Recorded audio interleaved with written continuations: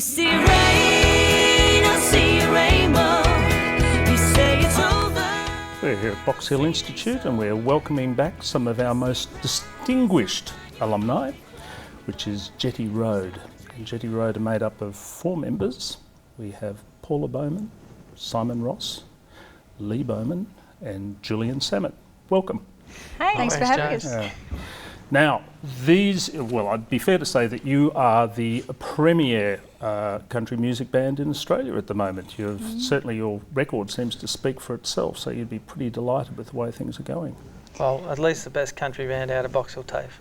And I think a lot more than that. So currently you're making waves, I believe, not only here in Australia, but also in Canada, and there was in Northern Europe. Apparently you've got a strong following too, and maybe we can find out a bit about that later, which will be fantastic. So all 4 of you started in the same year at Box Hill, maybe in 1997, about 95, then? 95, 96. 95 was it? There you go. Yes. And so I was delighted to be one of the teachers there and had the pleasure of working with you. So, but this configuration of the band came together in 2005, I believe. Yeah, well, we obviously all met at college, but we actually started writing a few years after our graduating, and About 01, yeah. I think 01 we started writing some tunes. Julian's got his own recording studio in Doncaster underneath his Ma's house, and so yeah, we just started writing and doing a bit of recording, and it sort of took off from there, and doing a few things with record companies and showcases and all that sort of stuff. And it was more mainstream kind of pop rock music as well.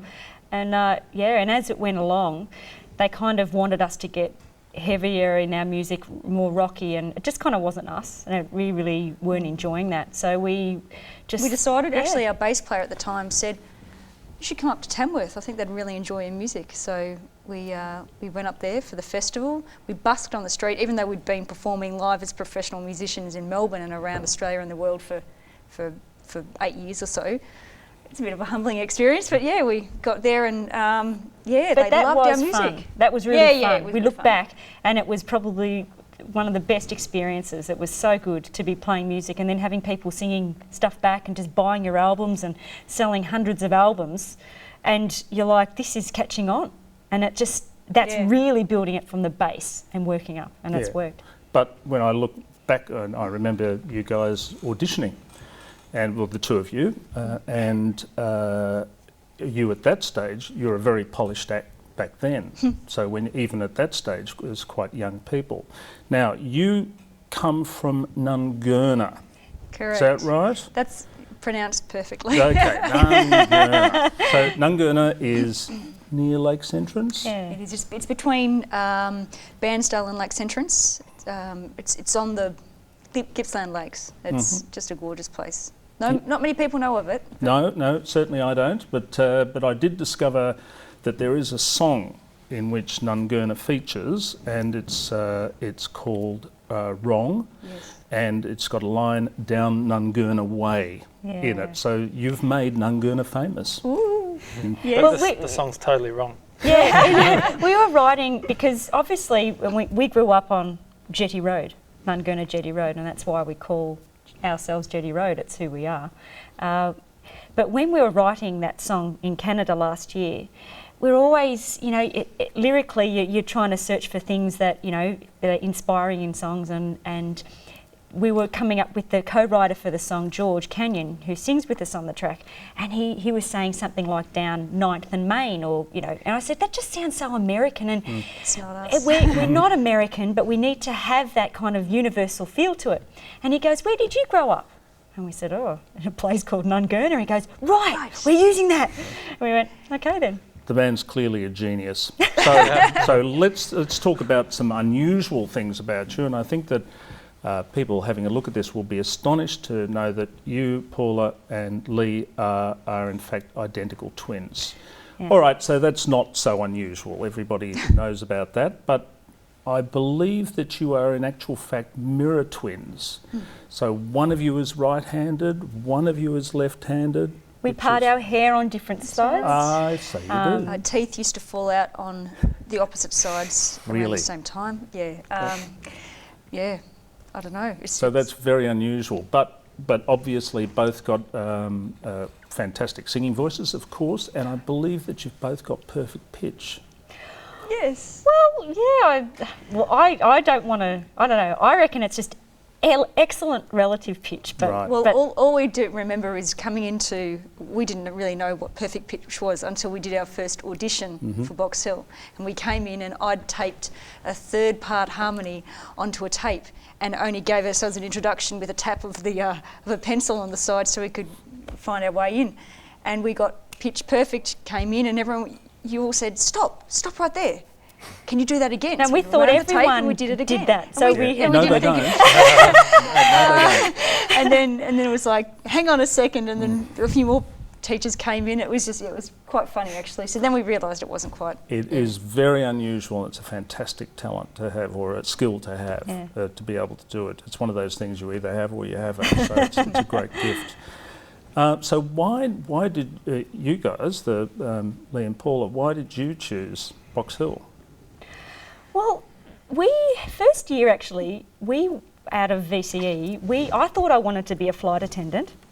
And I was studying Photography, yeah. And we thought that that's what we wanted to do, because back in high school, really they don't encourage, oh yeah, you can be a singer or a musician and you can really have that as a job, as a career.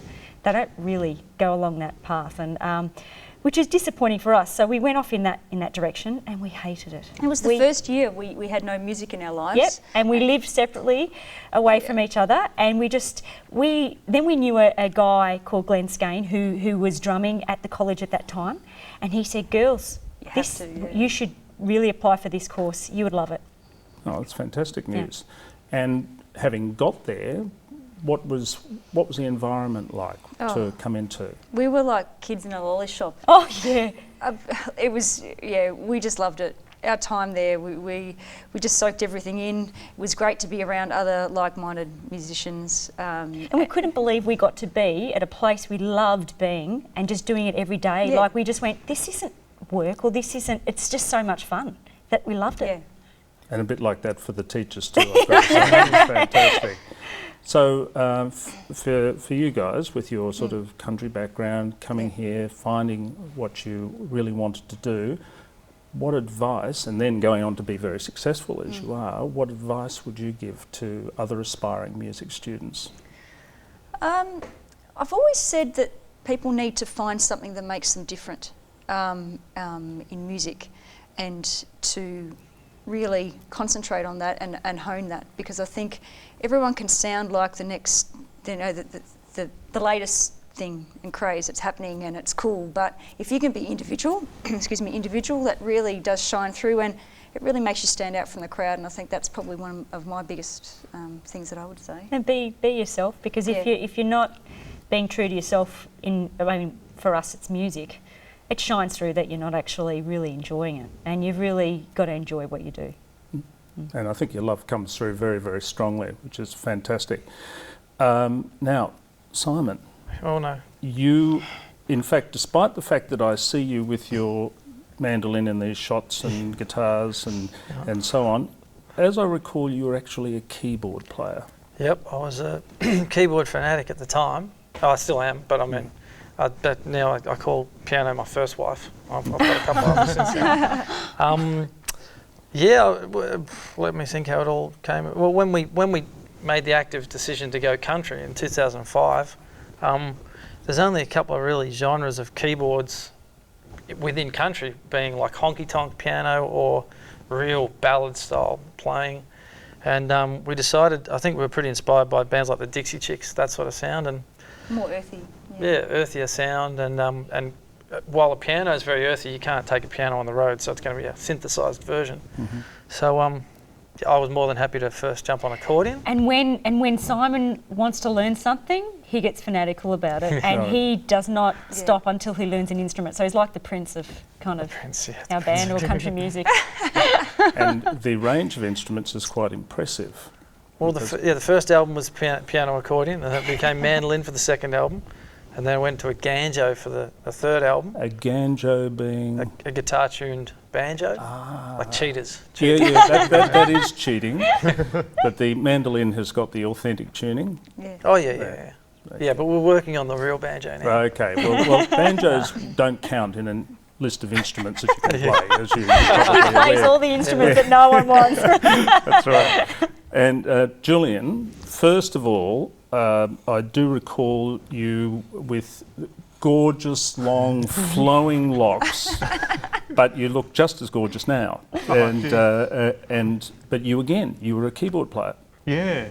What went wrong? Well, it's a kind of similar thing where there wasn't even room for one keyboard player in the band. So I just kind of started playing guitar and sort of sitting down and learning guitar. I had played a little bit of guitar sort of in my late teens, I think, because my brother had one, so I used to just muck around. So it wasn't completely new, or foreign to me. So, I just spent hours practicing and trying to get better. And You've got the look. He's got the look when he's holding a guitar. I've got to say, we had someone looking at the clip, and this woman said, "Oh, I like the way he holds that guitar." I'm sure it was guitar, not mandolin. No, it was definitely Julian. There and is a size definitely issue here, as you can tell. A little bit of healthy competition is The dark always very brooding good. type. Now, what about you? What about Box Hill for you? What was the experience like? I loved it too, because I learnt so much there. I mean, before I actually started there, I knew hardly any theory. I remember on that opening theory exam, to get in, and they said, "What interval is this?" And I'm just counting between the spaces, going 4, right, 4, and then I feel really dumb now. But then by the end of it, I'd learned heaps, and then just sort of studying with Thomas, and then also Karen Vincent taught me on classical, and she taught me so much with technique and that sort of thing. And then just meeting all the other musos. That's a really important part of it. Yeah. Networking. The Yeah. whole networking thing, and just being around music every day, it's great. But it's also what you do after it as well. It gives you a sort of building blocks into sort of knowing what to do when you leave there, and what you're more interested in and want to continue on with. But it would be fair to say with you, Julian, and Simon, you weren't country musicians. You didn't come in with that background, whereas the girls really had that sound. Yeah. So what happened? I like all sorts of music. So as long as it sounds good to me, I like it, and I can always appreciate good playing in any genre. So when I just sort of started listening to more country stuff, there's some brilliant players in that. A lot of people kind of go, "Oh, it's just 3 chords," but some of the most amazing guitar players and anything really come out of that genre, and there's a real. And the songwriting as well on country the music songwriting. is so simple but just true melodies, and it's just fantastic. And I think sometimes music's not really heading towards that anymore, and I think that's probably an added attraction for us. I mean, coming from the 80s, where the melody reigned supreme, I mean, this is probably just another version of that, but... It's glorified 80s. Yes.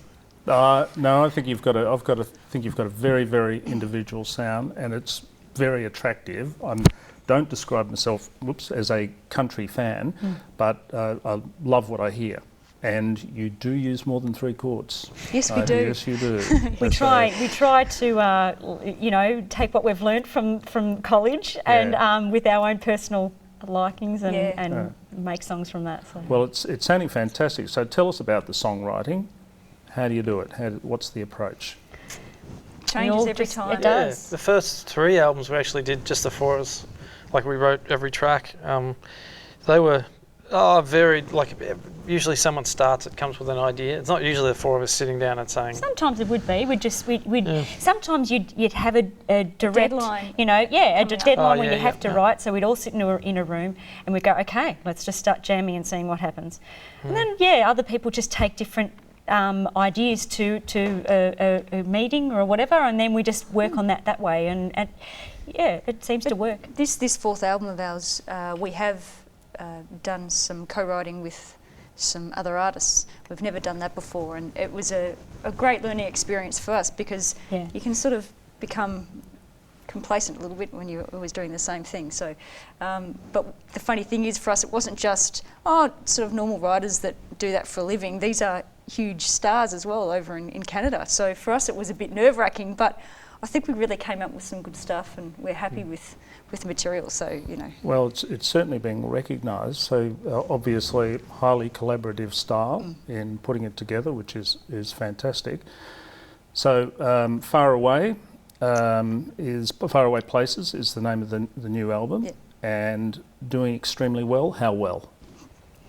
We were in the ARIA charts for 17 weeks. No, it was 20 weeks. Oh, 20 Yeah, weeks. 20 Sorry. weeks. Yeah. No, I'd like to think Take no. 30. So that for us is Well, something we've never 19 had. consecutive weeks. Oh, It yeah. says here. Oh, There And you then go. we 20 was went in, exaggerating. and then we went out, and then went back We in came again. back in So again, we were so, just stoked. And whereabouts in the chart did we get to the top? top we got to- 200. It was No, we got to the top 10 actually. Top 10. Top 10. Yeah. Which is fantastic. Yeah. Which So- is absolutely fantastic. And there's been quite a few, 2 singles from that album that have been released and gone to number 1 on Australian country radio. So it's been great. Okay, well that really is fantastic. So I did notice a gap in what you've been doing, because I don't like to be critical, of course, because you're very successful, but because you've got sort of the upbeat thing, you've got the ballads, you've got dance numbers all around there. Where's your novelty song? I think that there's a huge gap here. I mean, there's ostentatious Australiana. There's You want the chook there's man with shut the- up the- your the- face, the- Joe Dolce. You've got Timey Kangaroo. Well, there's the one that could make you immortal. fair call, I reckon.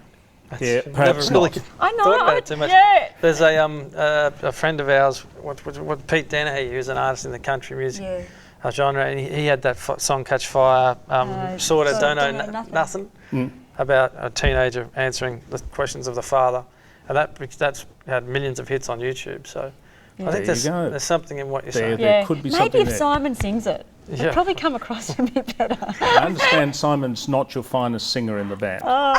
Well, he has his moments. He has his moments. Definitely. I just told James before, I'm from a family of 5, and there's 4 other actors and 1 musician, and all the actors can sing beautifully, and the one who actually needs to be able to sing can't sing. So bloody brilliant. You Thanks. speak for me as well. So that's I have okay. to say though, James, that we've been working together for so many years that the 3 of us, that we have such a good blend though when we sing together.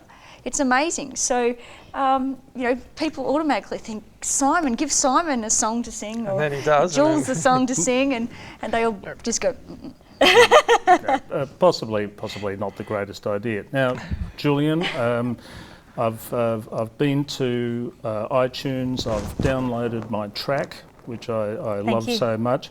Now, the album, where can we buy? Well, yeah, iTunes for one, off our website. JettyRoad.com. Yeah, jettyroad.com. That's Yeah. great. We get all the money, so go to the Oh, website. okay. Also Sanity as well. It's in Sanity and Sanity. JB Hi-Fi. Okay, you're planning to release on vinyl, No.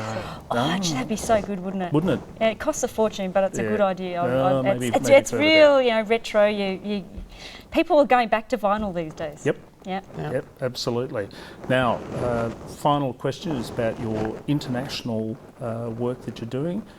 Not Nashville, but Canada. What's this about? Everyone goes to Nashville. Yeah, they do. Doesn't mean. We have been there and we have played there, and it doesn't mean we're not going to go back. But I think we just like to do things the way we want to do it, and we kind of like to go maybe around the back way instead of just going in. There's a Dixie Chicks song called "Taking the Long Way." Yeah. Which is doing it your own way. Yeah, And yeah. That's always been sort of how we've actually done things, and we haven't always done the way people normally do them, but we get there in our own way, and we surprise people. I think North America is the biggest continent for country music. Yeah. America being number 1, Canada being number 2, and so with everyone heading to Nashville, we thought, we'd like to head to Canada and see how we go. And it's And it working well. filters through as well. You know, they know, people in Nashville know what's happening in the scene in Canada. They hear things, it's all very close. So it's a really great way of slightly infiltrating that scene without, you know, just having to go there and knock on doors and do the Yeah. And it's same also who thing. you meet yeah. too that sort of steers you in these directions. Like, it just happened to be that we'd met some people who were Yeah. involved heavily in the Canadian scene, Yeah. and it originally started with doing some festivals there, and they have some massive festivals, so it's really cool. So that was And what kind of kicked it off. And you get to meet heaps of these Nashville artists because they're coming up playing the Canadian festivals. So it's sort of a back road way of getting into this Nashville scene rather than turning up on Music Row with 1,000 other bands and saying, pick me, pick me. Yeah? Yep. So, and I mean, I'm sure that there's a whole bunch of names and faces that are absolutely household names in Canada that wouldn't be familiar here, but would probably be very well known across the American continent. Yeah. Yep. So Absolutely. that's a fantastic. I did see that you've worked with James Blundell, if you're talking about, Yes. and Jimmy Barnes. Jimmy. And Well, we were playing at Gympie. Yes, we did get Glenn Campbell. oh, So with- yeah. That was a magic moment. We got to meet him, and Oh, then fantastic. in Canada, and then he came out here to play, and he gave us tickets to go back on stage and see him again. And it's just to see someone who you've grown up listening to, and watching him. And I know, you know, he now has Alzheimer's, but it's just to watch him play and sing those songs, and it sounds just magic, you know. And he is a legendary musician. He sure is. Yeah. And the girls took their mum along and she was Oh, she was she like, was struggling. oh my She was trembling. Oh, that's Backstage. wonderful. God. Yeah. Well, plans for maybe in the future relocating overseas? Not sure yet. You don't know. I think the magic thing is we've got the opposing summers, so you can play. There's no reason why you ever have to be there 12 months of the year, and vice versa here. You can do the summer circuit here, the summer circuit there, and But that's one of the lucky things of being Australian. Yeah, true. But then we've realised that you can never plan too far ahead because, you know, you think one thing's going to happen and it completely turns around and takes you in a different direction. So you can only really plan to a certain extent, and then you kind of have to just go with it, and that's probably the best thing. Well, it's fantastic for you giving up your time today to come in, because I know that you're about to head to Tamworth in the next week or two, and Yeah. so you've got a fantastically busy schedule that's going on. So we're very grateful for you coming in. So No Paula, problem. Simon, Lee, Julian. and Julian. Only been 15 I've years, just done it James. slowly. Jetty Road, thank you very much for coming in today. Thanks, Thanks, James. James. Thanks for having us. Sorry. Country